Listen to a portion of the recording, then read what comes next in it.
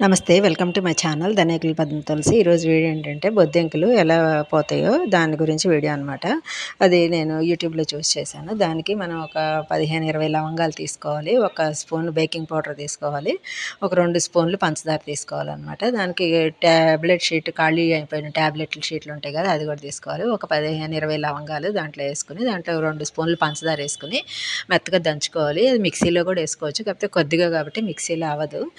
అది మెత్తగా అయిన తర్వాత దాంట్లో ఒక స్పూన్ బేకింగ్ పౌడర్ వేసేసి పేస్ట్ ఏదైనా తీసుకోవచ్చు. నేను క్లోజప్ పేస్ట్ తీసుకున్నాను. అది బాగా పేస్ట్ లాగా చేసుకోవాలి అంతా కలిపేసి.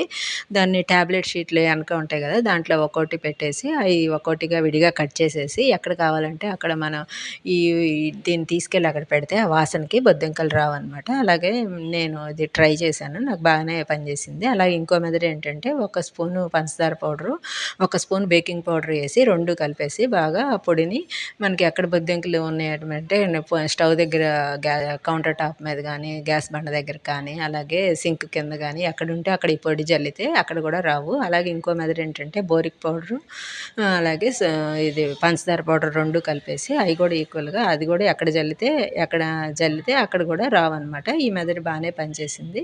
మీరు కూడా ఈ వీడియో నచ్చినట్టయితే మీరు కూడా ట్రై చేయండి. ఎందుకంటే అందరి ఇళ్ళలో బొద్దింకలు కొద్దిగా ఉంటానే ఉంటాయి కదా! అలాగే ఈ వీడియో నచ్చినట్టయితే లైక్ చేయండి.